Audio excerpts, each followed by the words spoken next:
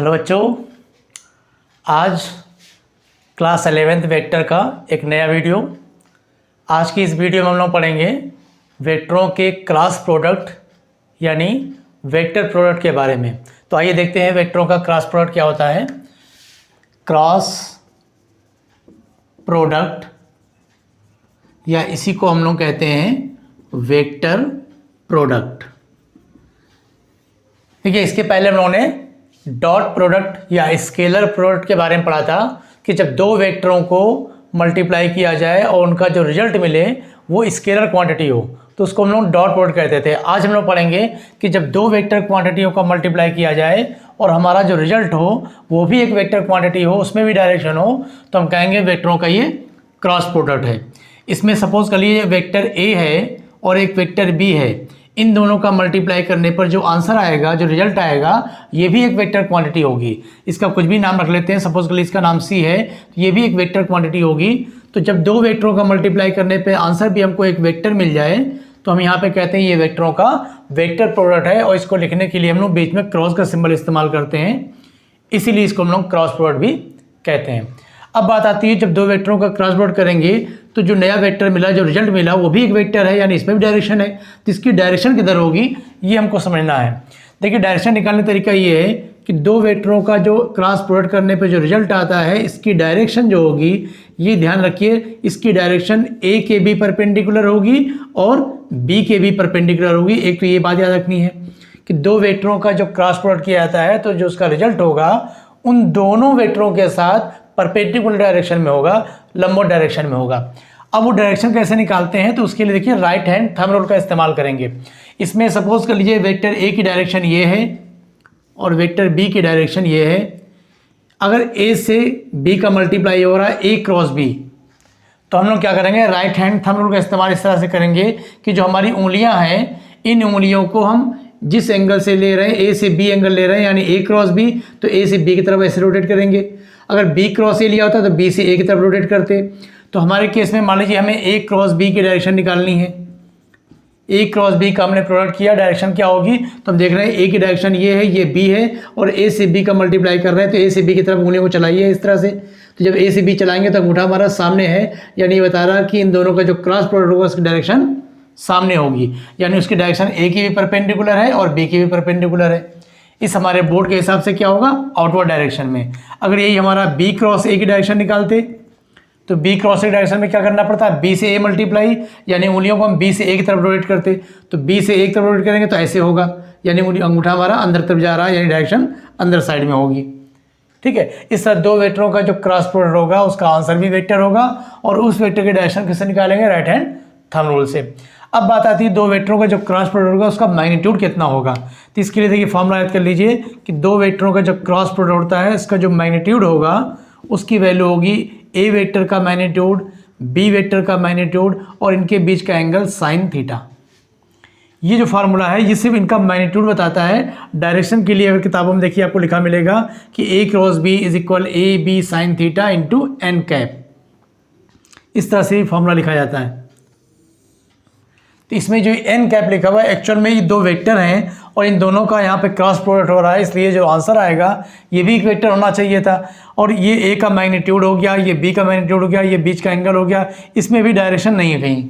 तो डायरेक्शन को शो करने के लिए हम यूनिट वेक्टर का इस्तेमाल करते हैं। ये आप पहले ही पढ़ चुके हो कि यूनिट वेक्टर का इस्तेमाल डायरेक्शन को शो करने के लिए किया जाता है। तो यहाँ पर जो एन कैप लिखा हुआ है, एन कैप एक्चुअल में क्या है, unit vector in the direction of normal to A and B, A और बी की नॉर्मल, क्योंकि अभी हमने देखा ए और बी का जो क्रॉस प्रोडक्ट होगा उसके रिजल्ट इन दोनों के नॉर्मल डायरेक्शन में होगा, इसलिए यहाँ पर एन कैप लिखा जाता है। एन का मतलब क्या हो गया, नॉर्मल।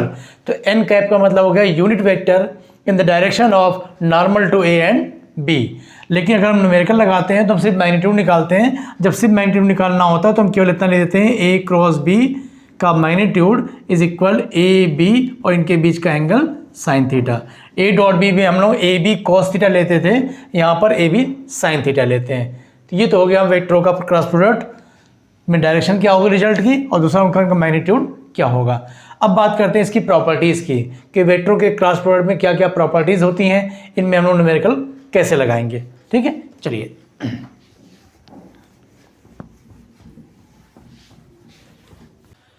देखिए, तो प्रॉपर्टीज़ क्या क्या है इसकी, क्रॉस प्रोडक्ट की क्या क्या प्रॉपर्टीज़ होंगी। इनमें पहली प्रॉपर्टीज़ हम लोग पढ़ेंगे कि इट इज़ नॉट कम्यूटेटिव। ये कम्यूटेटिव नहीं होता, यानी कम्यूटेटिव लॉ को फॉलो नहीं करता। इसका मतलब ये हुआ कि ए क्रॉस बी जो होगा not equal B cross A cross B और बी क्रॉस ए इक्वल नहीं होंगे। इस चीज़ को बहुत आसानी से समझा सकता है कि अभी हम लोगों ने बताया था कि मान लीजिए वेक्टर ए इस तरफ है और वेक्टर बी इस तरफ है। ए और बी की जो डायरेक्शन है इनके बीच एंगल थीटा है। अगर ए से बी का क्रॉस प्रोडक्ट आप करते हो ए क्रॉस बी, तो इसके लिए ए से बी की डायरेक्शन ऐसे लेना पड़ेगा, तो इसका जो क्रॉस प्रोडक्ट आएगा डायरेक्शन इधर आएगी बाहर की ओर, और वैल्यू कितनी आ जाएगी ए बी साइन थीटा। लेकिन अगर हम बी क्रॉस ए निकालते हैं तो इसमें बी का मैग्नीट्यूड, फिर ए का मैग्नीट्यूड और बी से ए तक का एंगल।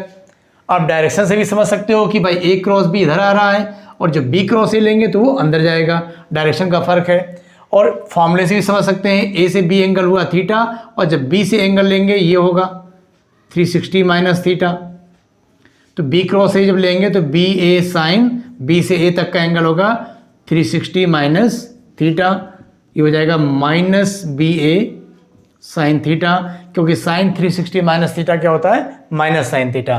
तो फॉर्मूले से भी हमने समझा कि ए क्रॉस बी की value A B sine theta आती है, लेकिन जब बी क्रॉस ए निकालते हैं सीक्वेंस को चेंज करते हैं तो वैल्यू हमारी माइनस में ए बी साइन थीटा आ जाती है, जो कि इक्वल नहीं है। पता चला कि ए क्रॉस बी और बी क्रॉस ए आपस में इक्वल नहीं होंगे। हाँ, ये कहा जा सकता है कि जो ए क्रॉस बी है और जो बी क्रॉस ए है इन दोनों में मैग्नीट्यूड का कोई फ़र्क नहीं है, मैग्नीट्यूड के हिसाब से दोनों इक्वल है, लेकिन फ़र्क किसका होगा डायरेक्शन का। यानी अगर मैग्नीट्यूड की बात करें तो इक्वल होगा, लेकिन डायरेक्शन की अगर बात करें ये मैग्नीट्यूड वाला मोड हटा दिया जाए, अब हम कहें अब ये दोनों इक्वल नहीं है। इक्वल करना है तो क्या करना पड़ेगा, इसमें अगर माइनस लगा दें तो अब ये इक्वल हो गया, क्योंकि दोनों में केवल डायरेक्शन का फ़र्क था। ए क्रॉस बी बाहर था और बी क्रॉस ए अंदर साइड में था। अगर इसकी डायरेक्शन को उलट दिया जाए तो ये भी बाहर आ जाएगा, दोनों सेम हो जाएंगे। तो A cross B not equal B cross A, लेकिन ए क्रॉस बी और बी क्रॉस ए माइनस के साथ अब ये दोनों इक्वल हैं।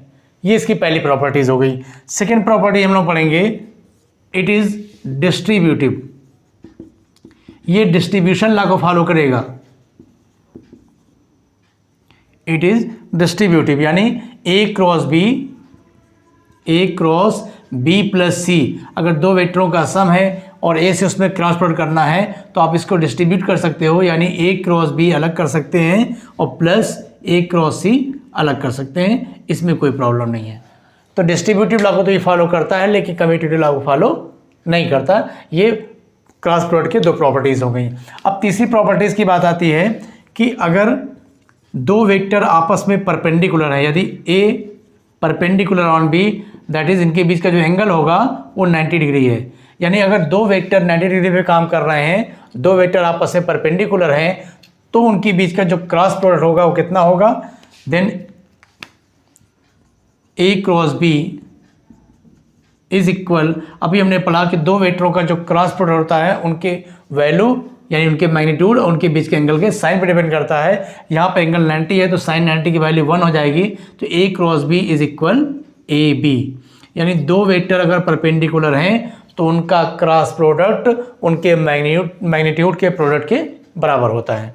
ठीक, लेकिन अगर ये दो वेक्टर पैरेलल होते तब क्या होता, अगर दो वेक्टर आपस में पैरेलल हैं या कह दिया जाए ए और बी आपस में कोलिनियर हैं, क्योंकि इसमें थीटा की वैल्यू आप 0 डिग्री लीजिए या थीटा 180 डिग्री लीजिए, दोनों ही केस में साइन की वैल्यू 0 हो जाएगी। साइन 0 की वैल्यू भी 0 होती है और साइन 180 की वैल्यू भी 0 होती है।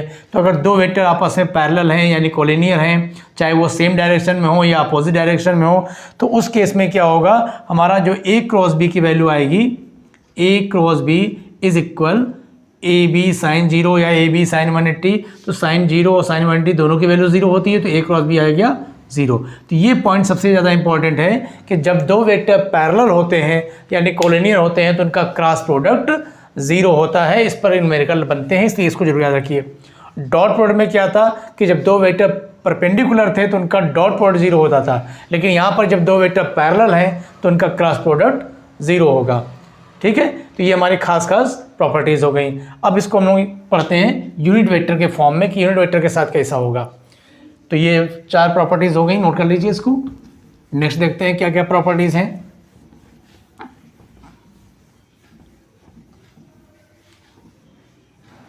चलिए नेक्स्ट प्रॉपर्टीज़ है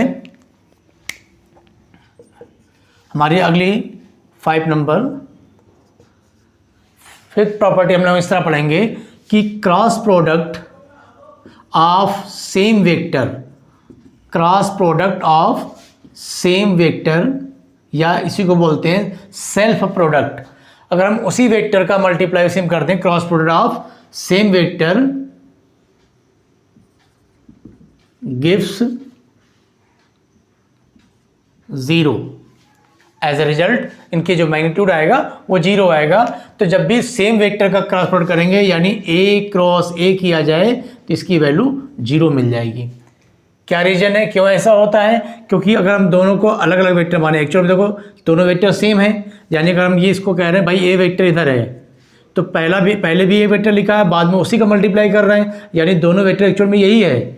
या इनके बीच का एंगल कितना हो गया, A और A के बीच का एंगल 0, तो A cross A is equal 0 इसलिए लिखा जा रहा है कि A का मैग्नीट्यूड फिर इसका मैग्नीट्यूड और इनके बीच का एंगल 0 लेंगे, साइन 0 की वैल्यू 0। अभी हमने पढ़ा पैरेलल, तो इसलिए कहा गया जब सेम प्रोडक्ट करते हैं यानी सेल्फ प्रोडक्ट करते हैं क्रॉस में तो उसकी वैल्यू 0 आती है। भले ही यहाँ पर कोई वैल्यू जैसे A क्रॉस A 0 है, अगर हम कहते हैं A क्रॉस 3A अब कितना आएगा तो भी 0 आएगा, कोई दिक्कत नहीं है। Minus A cross minus 3A अब कितना आएगा तो भी 0 आएगा। सिंबल से कोई मतलब नहीं है। अब भाई मल्टीप्लाई करते हैं, यहाँ पर 1 है यहाँ 3 है, ये तो नंबर बना देगा 3, लेकिन A क्रॉस A 0 हो गया तो पूरा 0 हो गया। तो जब भी सेल्फ प्रोडक्ट करेंगे क्रॉस में तो उसकी वैल्यू हमेशा 0 आएगी। ये हमारी एक प्रॉपर्टी हो गई। अब इन सारी प्रॉपर्टीज़ का इस्तेमाल हम करेंगे ऑर्थोगोनल यूनिट वेक्टर के लिए, यानी I, J और K में इसका इस्तेमाल कैसे करेंगे सारी प्रॉपर्टीज़ का वो देखते हैं।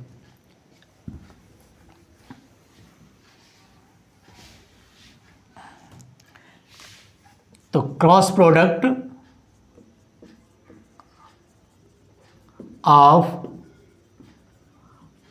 ऑर्थोगोनल यूनिट वेक्टर्स, तो हम लोगों ने 3 तरह के यूनिट वेक्टर पढ़े हैं, आई कैप, जे कैप और के कैप। आई कैप क्या होता है, एक्स एक्सिस की डायरेक्शन में यूनिट वेक्टर, जे कैप हमारा होता है वाई एक्सिस की डायरेक्शन में यूनिट वेक्टर, और के कैप क्या होता है जेड एक्सिस के डायरेक्शन में यूनिट वेक्टर।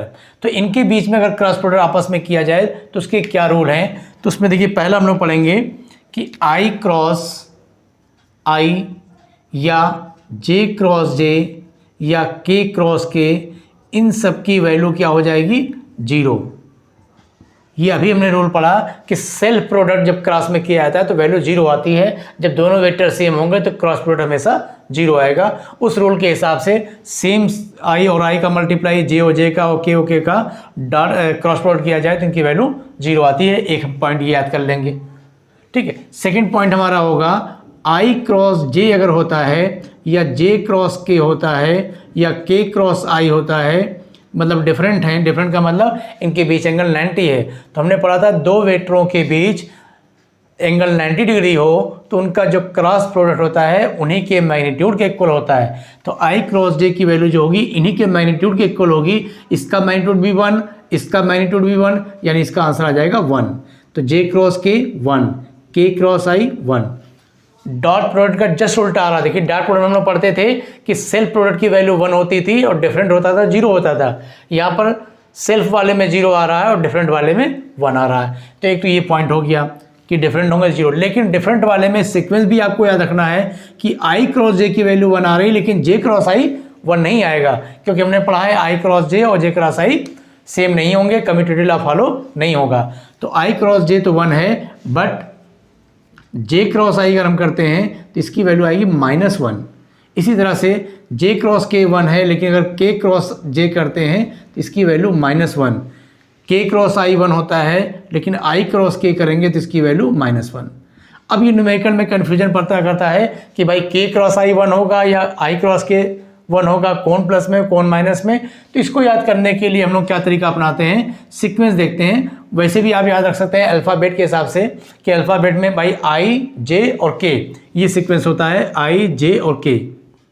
अल्फ़ाबेट जब लिखते हैं ABCD तो उसमें I, फिर उसके बाद J, फिर उसके बाद K आता है। तो I अगर सीक्वेंस में चल रहे हैं, I का J में हुआ, J का K में हुआ, K के बाद फिर I आ गया। तो अगर ये सीक्वेंस चल रहा है अल्फ़ाबेट के हिसाब से तब तो वैल्यू पॉजिटिव है, और सीक्वेंस का उल्टा चलेंगे तो वैल्यू नेगेटिव होगी। यानी J का I में कर दें, K का J में कर दें, I का K में कर दें तो नेगेटिव होगा। एक तरीका ये याद करने का। दूसरा तरीका हम लोग क्या याद करते हैं, इसको साइक्लिक प्रोसेस समझते हैं। साइक्लिक प्रोसेस का मतलब ये होगा कि अगर हम इस तरह से एक सर्किल बनाएं और इसमें I, J और K की जो वैल्यू है उस साइक्लिक प्रोसेस बनाई जाए। सपोज कर लिए ये I कैप, यहाँ पे J कैप और ये हो गया हमारा K कैप। तो इसमें बताया था क्लॉक वाइज सीक्वेंस अगर चल रहा है, I के साथ J, J के साथ K, K के साथ I, इस तरह से क्लॉक वाइज सीक्वेंस आप चलाएंगे तो आपको पॉजिटिव वैल्यू मिलेगी, और अगर आप एंटी क्लॉक वाइज चलाएंगे तो नेगेटिव वैल्यू मिलेगी। इस तरह से याद कर लेते हैं, क्लॉक वाइज करते हैं तो पॉजिटिव वैल्यू मिलती है, और एंटी क्लॉक वाइज चलते हैं तो नेगेटिव वैल्यू मिलती है। ये याद करने का एक तरीका हो गया कि I क्रॉस J चलेगा, I क्रॉस J या J क्रॉस K या K क्रॉस I, इस तरह से क्लॉकवाइज चलेंगे तो पॉजिटिव वैल्यू मिलेगी, और अगर इसका उल्टा चलते हैं तो आपको नेगेटिव वैल्यू मिलेगी। एक तो ये चीज़ हो गई। उसके बाद न्यूमेरिकल में देखिए एक चीज़ इस्तेमाल होती है कि अगर हम यहाँ पे कहें कि भाई I क्रॉस J की वैल्यू 1 है, तो 1 कैसे है तो समझ में आ गया, क्योंकि इन दोनों का मैग्नीट्यूड 1 होता है और इन दोनों के बीच का एंगल 90 है, तो इसका मैग्नीट्यूड 1, इसका भी मैग्नीट्यूड 1, बीच का एंगल 90, sin 90 बन आ गया। लेकिन अगर आपसे हम ये कहें कि I क्रॉस J की जगह पर अगर हम K कैप लिख दिए तो कोई प्रॉब्लम, क्योंकि हमें मालूम है ये भी तो यूनिट वेक्टर है, इसकी वैल्यू भी 1 होगी। तो I क्रॉस J की वैल्यू अभी हमने 1 लिखी थी, 1 के बजाय हमने K लिख दिया। तो इससे दो बेनिफिट हो गया। एक तो देखिए इसकी वैल्यू 1 हो गई, हमको क्लियर हो गया। साथ में उन्होंने बताया था जब दो वेक्टरों का क्रॉस प्रोडक्ट होता है तो उन दोनों के जो क्रॉस प्रोडक्ट की जो डायरेक्शन होगी वो इन दोनों के परपेंडिकुलर होगी। तो यानी ये एक्स एक्सिस की डायरेक्शन है, ये वाई की डायरेक्शन है, तो इन दोनों का जो क्रॉस प्रोडक्ट होगा उसकी डायरेक्शन के की तरफ जाएगी, यानी जेड एक्सिस की तरफ जाएगी। इसलिए हम लोग I क्रॉस J को क्या लिख देते हैं, के कैप। इसी तरह J और K को लिख लेंगे I कैप, K और I को लिख देंगे J कैप। ठीक, तो 1 के बजाय ये भी इस्तेमाल होता है। इससे दो फायदे होते हैं, वैल्यू भी आपको मिल गई, डायरेक्शन भी मिल गई।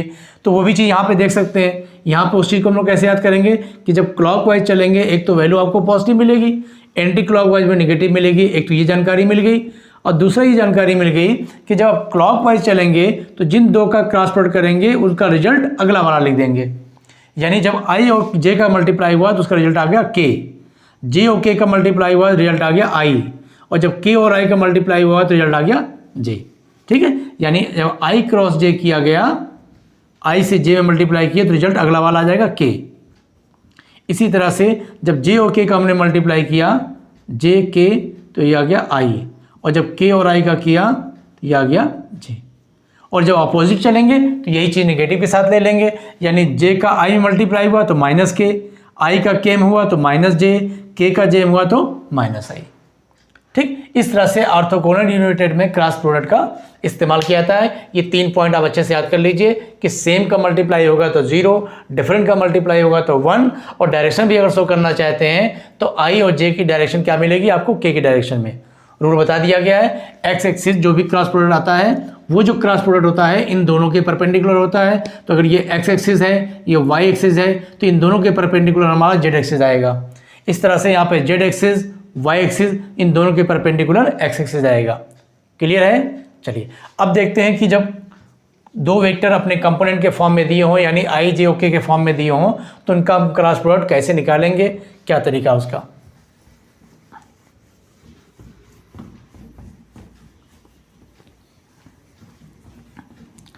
तो क्रॉस प्रोडक्ट का इस्तेमाल करके कैसे न्यूमेरिकल लगाया जाता है उसको देखना है। इसके लिए सपोज कर लीजिए हमारे पास ये दो वेक्टर दिए हैं। एक वेक्टर है 3i minus 2j plus 5k, और एक वेक्टर है b, इसकी वैल्यू है 2i plus 3j minus 2k, और आपसे बोल रहा है a क्रॉस b की वैल्यू बताइए, a क्रॉस b की वैल्यू बताइए। तो देखिए क्या तरीका है इसका। अगर पहले आप नॉर्मल तरीका देखें तो a क्रॉस b का मतलब हुआ पहले a की वैल्यू आप लिखिए 3i minus 2j plus 5k cross 2i plus 3j minus 2k। अब देखिए अगर इनका हमें डॉट प्रोडक्ट करना होता, इन दोनों का अगर हमको डॉट प्रोडक्ट करना होता तो वहाँ पे आपने सीखा था कि इनका डॉट प्रोडक्ट करना है तो सेम का मल्टीप्लाई करते हैं, आई का मल्टीप्लाई आई वाले टर्म में, जे का जे वाले टर्म में, के का के वाले टर्म में। डिफरेंट टर्म का मल्टीप्लाई नहीं करते थे क्योंकि डिफरेंट टर्म का मल्टीप्लाई हमको रिजल्ट देगा 0। और यहाँ पे जस्ट उल्टा हो रहा है, यहाँ पे हमने क्या पढ़ा कि जो सेम मल्टीप्लाई करेंगे वो रिजल्ट देगा 0, यानी आई क्रॉस आई 0 होता है, लेकिन आई क्रॉस जे 0 नहीं होगा, आई क्रॉस के 0 नहीं होगा। तो इस बार हम लोग क्या करेंगे, सेम वाले मल्टीप्लाई को 0 लेंगे और डिफरेंट में मल्टीप्लाई करेंगे। तो उसमें देखिए कैसे प्रॉब्लम आएगी अभी हमको। चलिए हम एक एक करके मल्टीप्लाई करते हैं। पहले हमने इसको 3i को लिया और इन तीनों मल्टीप्लाई करेंगे बारी बारी। तो 3i को यहाँ पे हम ले गए तो ये हो गया 6i क्रॉस i, जो कि हमको रिजल्ट दे देगा 0। अभी आगे लिख देंगे 0। ये चलिए लिख देते हैं, 3 और 2 6 होता है, लेकिन i क्रॉस i 0 हो जाएगा, तो ये टर्म हमने छोड़ दिया। फिर हम इस टर्म के पास गए तो 3 और 3 हो गया 9 i क्रॉस j। फिर इसको इसके पास ले गए माइनस का 6 i क्रॉस k। ठीक, ये हो गया। अब देखिए अब इसकी बारी आ गई, अब इसको इसके पास ले जाते हैं तो माइनस का 4 j क्रॉस i। फिर इसको सेम मल्टीप्लाई हो जाएगा, ये हो जाएगा 0। इसके पास ले गए प्लस 4 j क्रॉस k। फिर 5k को ले जाए, 5k यहाँ आ गया 10 k क्रॉस i।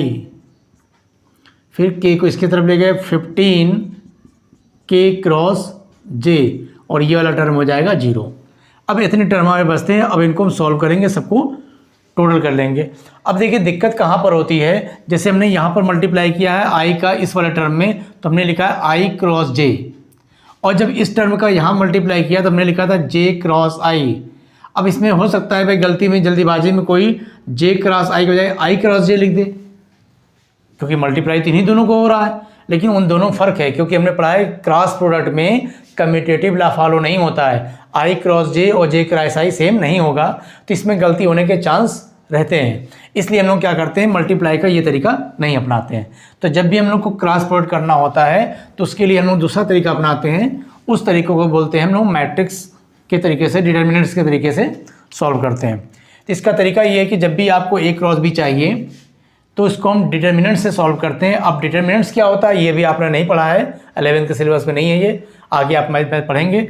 अभी आप इतना समझ लीजिए कि इसके लिए आप सबसे पहले 2 लाइनें खींचिए इस तरह से, और यहाँ पर i, j और k नोट कर लें। अब जो दोनों वेक्टर दिया है उसमें i, j और k का जो मल्टीपल है उनको आप नोट करिए। पहले वाले में देखिए i के मल्टीपल में है 3, दूसरे में है 2, j के में पहले में मल्टीपल है -2, यहाँ पे है 3, k में मल्टीपल में है 5 और यहाँ पर है -2। इस तरह जो 2 वेक्टर दिए जाएं उन दोनों में पहले दोनों लाइन खींचिए दोनों तरफ, i, j नोट करिए, और i, j और k के जो मल्टीपल्स हैं उनको आप नोट कर लें। इसको बोलते हैं डिटर्मिनेंट्स। अब इसका सलूशन क्या होता है, इसका सलूशन ये होता है कि पहले हम लेंगे i।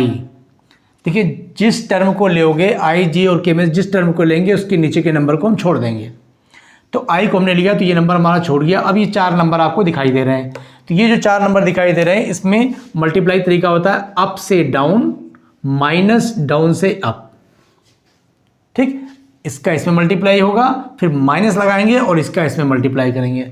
ठीक है, तो यहाँ पे हमने क्या किया, अप से डाउन, तो -2 और -2 हो गया 4। फिर यहाँ पर माइनस लिखेंगे, ये फार्मूले वाला माइनस है, तो अप से डाउन माइनस डाउन से अप यानी 15। ये हो गया i वाला टर्म सॉल्व हो गया हमारा। अब j वाले टर्म को लीजिए, तो जब j वाले टर्म को लेंगे तो j वाला नंबर छूट जाएगा ये वाला। अब ये 4 नंबर बचेंगे आपके पास, रूल फिर वही होगा, अप से डाउन माइनस डाउन से अप। ठीक, पहले वाला मिटा देते हैं थोड़ा, अभी बीच का नंबर छूट रहा है। अप से डाउन कितना आ गया, -6। इसके बाद हमने माइनस लगाया, फिर डाउन से अप, ये हो गया 10। क्लियर।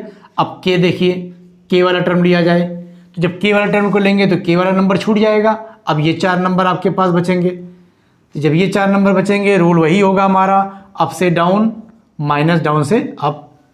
तो 3 3 जा 9, फिर माइनस लगाया गया और डाउन से अप ये हो जाएगा -4।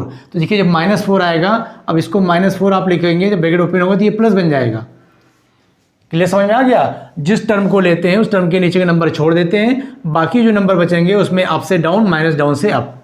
एक तो ये बात समझ में आ गई, तीनों को बारी बारी टर्म को ले लिया जाएगा। अब इसके बाद ये तीनों टर्म को आपस में हमको एक चेन सिस्टम में जोड़ना है, तो उसके लिए याद रखिए ये जो जे वाला टर्म है ये माइनस के साथ होता है और ये प्लस के साथ, यानी पहला term positive plus minus plus. Determinant जब मैथ में आप पढ़ेंगे तो इसमें बड़े लंबे लंबे क्वेश्चन होते हैं। ये तो हमने 3 टर्म वाले लिखे हैं, हमें इतना वेक्टर में इतना ही इस्तेमाल है, तो आप इसको सीधे से याद कर लीजिए। चलो सोल्यूशन क्या आ गया, सॉल्व करते हैं। 4 - 15 यानी -11i। यहाँ पर देखिए ये दोनों माइनस हो गया, माइनस का 16 और बाहर भी माइनस है तो हो गया प्लस का 16j। यहाँ पे क्या मिला, 9 + 4 यानी 13 और ये भी प्लस है तो 13k। तो ये हमारा a क्रॉस b की वैल्यू आ गई, -11i + 16j + 13k। ठीक है, तो इस तरह से दो वेक्टरों का क्रॉस प्रोडक्ट किया जाता है। क्लियर है? चलिए अब इसमें एक क्वेश्चन की और प्रैक्टिस कर लेते हैं ताकि आपको अच्छी तरह से करना आ जाए। चलिए तो दूसरा क्वेश्चन हम लोग करते हैं। इसमें लिखते हैं कि अगर मान लीजिए आपको क्वेश्चन दिया है कि वेक्टर a की वैल्यू है 2i + j + k और वेक्टर b की वैल्यू आपको दे दिया जाए i - 2j + 2k। चलिए i - 2j + 2k, चलिए इसको माइनस के 1 कर देते हैं, i - j + 2k। इन दोनों वेक्टरों का बोलता है क्रॉस प्रोडक्ट निकालिए। तो क्या तरीका बताया गया आपको कि पहले आप 2 लाइन खींचें, i, j और k को नोट कर लें, इनके मल्टीपल्स को नोट किया जाए। पहले वाले वेक्टर में देखिए i का मल्टीपल 2 है, j का मल्टीपल 1 है, k का मल्टीपल भी 1 है। दूसरे वाले में i का मल्टीपल 1, j का मल्टीपल -1 और k का मल्टीपल 2। सोल्यूशन क्या होता है इसका? तो इसका सोल्यूशन होता है पहले i लेंगे तो i के नीचे का नंबर छूट जाएगा, ये 4 नंबर बचेंगे, अप से डाउन मल्टीप्लाई हुआ, फिर माइनस डाउन से अप करेंगे, ये माइनस में आया तो प्लस हो गया। फिर जे वाला टर्म लेंगे, इसको माइनस के साथ लिखेंगे, जे वाला नंबर टर्म छूट गया, ये 4 नंबर बचे, अप से डाउन माइनस डाउन से अप, फिर प्लस लिखते हैं। के वाला टर्म लेंगे, अप से डाउन माइनस डाउन से अप, तो हमारा क्या मिला, ये 2 + 1 3i हो गया, 4 - 1 यानी 3 और ये माइनस का तो -3j, ये भी माइनस का 3k। तो हमारा आंसर आ गया 3i - 3j - 3k। ठीक, कोई प्रॉब्लम? चलिए अब इस वेक्टरों का जो क्रॉस प्रोडक्ट है इसका इस्तेमाल करते हैं कि जब भी आपको कहा जाए कि प्रूफ करिए कि 2 वेक्टर पैरेलल हैं तो वहाँ पे हम इनका क्रॉस प्रोडक्ट निकालेंगे। अगर क्रॉस प्रोडक्ट निकालने पे 0 आ गया तो हमने पढ़ा कि 2 वेक्टरों का क्रॉस प्रोडक्ट 0 तभी होता है जब वो दोनों पैरेलल होते हैं यानी कोलिनियर होते हैं। तो इस बेस पे सपोज करिए आपको क्वेश्चन दे दिया जाए कि ये 2 वेक्टर हैं और आपसे कहा जाए कि प्रूफ करो कि ये पैरेलल हैं। वो 2 वेक्टर कौन कौन से हैं? 2i - 3j - k, एक वेक्टर ये हो गया, और दूसरा वेक्टर ले लेते हैं -4i + 6j और +2k। आपसे कह रहा है कि प्रूफ करिए, proof a parallel to b, proof करिए कि दोनों वेक्टर आपस में क्या है, पैरेलल है। तो क्या तरीका होगा, हम इनका क्रॉस प्रोडक्ट निकालेंगे। तो a क्रॉस b निकालना है तो रूल आपको पता है कि पहले 2 लाइन खींचनी है हमको, फिर i, j और k नोट करना है, इनके कंपोनेंट दोनों वेक्टर में नोट करने हैं। a में देखिए i का मल्टीपल 2, j का -3, k का -1, b वाले में हमने देखा यहाँ पर -4, यहाँ पर 6, यहाँ पर 2। ठीक, अब इसका सोल्यूशन निकालेंगे। तो जब हमने इसका सोल्यूशन निकाला तो सोल्यूशन क्या मिला हमको, जब i को लेंगे i वाला नंबर छूटेगा, अप से डाउन -6, फिर माइनस डाउन से अप, ये हो गया +6, माइनस g लिया गया, j नंबर छूट गया, अप से डाउन 4, फिर माइनस डाउन से अप 4, फिर k वाला टर्म लिया गया, k का नंबर छूटेगा, अप से डाउन 12, फिर माइनस इन दोनों का मल्टीप्लाई 12। ठीक, तो देखिए 6 - 6 0, 4 - 4 0, 12 - 12 0, तो ये तीनों टर्म 0 हो रहे हैं तो आंसर क्या मिल गया, 0। तो लिखेंगे since a cross b = 0 therefore a parallel to b। क्योंकि दो वेक्टरों का क्रॉस प्रोडक्ट जीरो हो रहा है, जबकि हमने क्रॉस प्रोडक्ट में पढ़ा है कि ए क्रॉस बी का मतलब ए का मैग्नीट्यूड, बी का मैग्नीट्यूड और इनके बीच का एंगल साइन के साथ। तो अगर ए क्रॉस बी की वैल्यू जीरो आ रही है, जबकि ए का मैग्नीट्यूड भी जीरो नहीं है, बी का मैग्नीट्यूड भी जीरो नहीं है, तो इसका मतलब जो इनके बीच का जो साइन थीटा होगा वो जरूर जीरो होगा। और साइन थीटा तभी जीरो होता है जब थीटा की वैल्यू 0 डिग्री हो या 180 डिग्री हो। ठीक, तो जब भी दो वेक्टर पैरेलल होते हैं तो उनका क्रॉस प्रोडक्ट जीरो होता है। तो इस तरह से आपने सीखा कि क्रॉस प्रोडक्ट क्या होता है, दो वेक्टरों के क्रॉस प्रोडक्ट में क्या क्या प्रॉपर्टीज़ हैं, वेक्टरों का क्रॉस प्रोडक्ट हम लोग कैसे करते हैं, ऑर्थोगोनल यूनिट वेक्टर के साथ इनका रिलेशन कैसे होता है, और जब भी दो वेक्टर आपको पैरेलल प्रूफ करने को दिया जाए तो हम दोनों वेक्टरों का क्रॉस प्रोडक्ट निकालेंगे। अगर उनका क्रॉस प्रोडक्ट जीरो आता है तो वो दोनों वेक्टर पैरेलल होंगे। ठीक, जैसा कि मैंने पिछली वीडियो में बताया था आपको डॉट प्रोडक्ट वाले में कि एक न्यूमेरिकल की वीडियो अलग से बनेगी जिसमें डॉट प्रोडक्ट्स के बारे में बताया जाएगा और क्रॉस प्रोडक्ट भी उसमें हम लोग शामिल कर लेंगे। तो डॉट प्रोडक्ट्स और क्रॉस प्रोडक्ट्स के ऊपर न्यूमेरिकल की अलग से वीडियो बनेगी। उसमें इस तरह के सिंपल क्वेश्चन तो होंगे ही, साथ में कुछ क्वेश्चन ट्रिक वाले भी होंगे, टिपिकल भी होंगे, बोर्ड लेवल से लेकर कंप्यूटर लेवल तक ही कुछ क्वेश्चन में शामिल किए जाएंगे। तो उस वीडियो को जरूर देखिएगा, ये पूरे कॉन्सेप्ट आपको अच्छे से और क्लियर हो जाएगा। ठीक है, तो इसकी प्रैक्टिस करिए। Thank you.